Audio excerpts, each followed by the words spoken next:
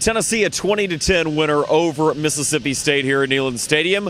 I'm Brian Rice with Josh Ward of Sports 180. Josh, let's start. There are three big storylines in this game. We'll start with the defense.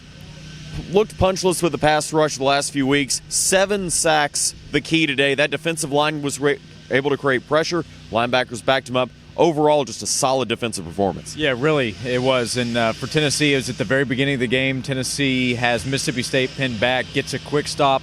That had to help with the defense staying fresh as well. There weren't long drives early in the game for Mississippi State. A week after not being able to register a quarterback hurry, 7 sacks is incredible. Kind of set the tone.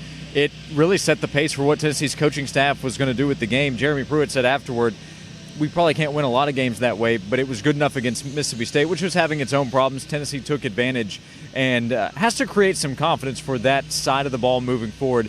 Bama's next, everybody knows that, but you have a lot of winnable games later, and if Tennessee plays like that defensively later in the season, Tennessee's going to win some more games in the SEC. Tyler Byrd, perhaps the next biggest story, scoring the touchdown that really put the game out of reach. More catches in this game than he had all of last season. Josh, it's an incredible story of a guy who persevered and kept on going in a day when a lot of people might hit the portal. Yeah, no doubt.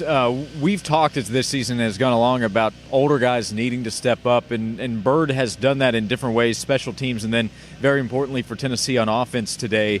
And if he doesn't make that play on third down, and the blocking was good, so it wasn't all Tyler Byrd, but if he doesn't make that play and Tennessee has to punt away, who knows what happens. Mississippi State would have gotten the ball with plenty of time and a lot of confidence it could go down the field and at least tie the game, maybe win the game. So good for Tyler Byrd, good for Tennessee. Tennessee, every college team needs more guys like Tyler Byrd, and he stuck it out for Tennessee, and he's still helping the program. The quarterbacks were another story as you go into today. Brian Maurer with a good, solid start, but he's knocked out after an acrobatic play after doing one drive that was basically all him. Jared Garantano comes in to finish the first half, and then it's his deal in the second half. Tennessee clearly changed what they did. Jeremy Pruitt said afterwards, we were doing the same thing. The game dictated that they were able to run the ball, but if Brian Maurer's not able to go, Jared Garantano's got to step up. Yeah, if it's a different score, if Jeremy Pruitt has a different level of confidence in what his defense can do against Mississippi State, they probably ask Jared to step up and make more plays. Jared did what was asked of him, and he did it about as well as you could ask. He had one miss. It was down the sideline. Not a perfect throw, but he actually hit Juwan Jennings in the hands. Wouldn't have been an easy catch for Juwan either. But Jarrett, he didn't hurt Tennessee, really. He had one really bad negative play, I thought, where he's trying to scramble and a 5-yard loss in the play. But those are going to happen. He stepped into a situation where they had a lead. He managed it when they needed to play at different times. He was able to make them. His numbers are terrific in the short amount of time that he was able to make plays in the passing game. But that's what you ask a senior to do. And Jeremy Pruitt was right that they were going to need Jarrett to help them at some point. And Brian Maurer has 2 starts. He's been knocked out for at least a play or 2 or longer in this case in both games. And to Jared Garantano's credit, he stayed ready to help Tennessee, and he did that against Mississippi State in a game that they just had to win.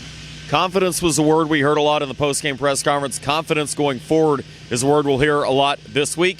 And, Josh, we're confident Tyler Ivins gets to come off the roof at Toyota Knoxville. So a big relief for him. He can be back in the studio on Monday. Yeah, he'll be raising the roof in the studio on the starting lineup on Monday. And it was Tyler Byrd making a big play to help save Tyler Ivins. And I can promise that our station's Tyler was very appreciative of Tyler Byrd and that touchdown. I know he was, as it'll be a little cooler tonight, but it'll be a little easier sleeping for Tyler Ivins. Be a little easier sleeping for the Volunteers as well.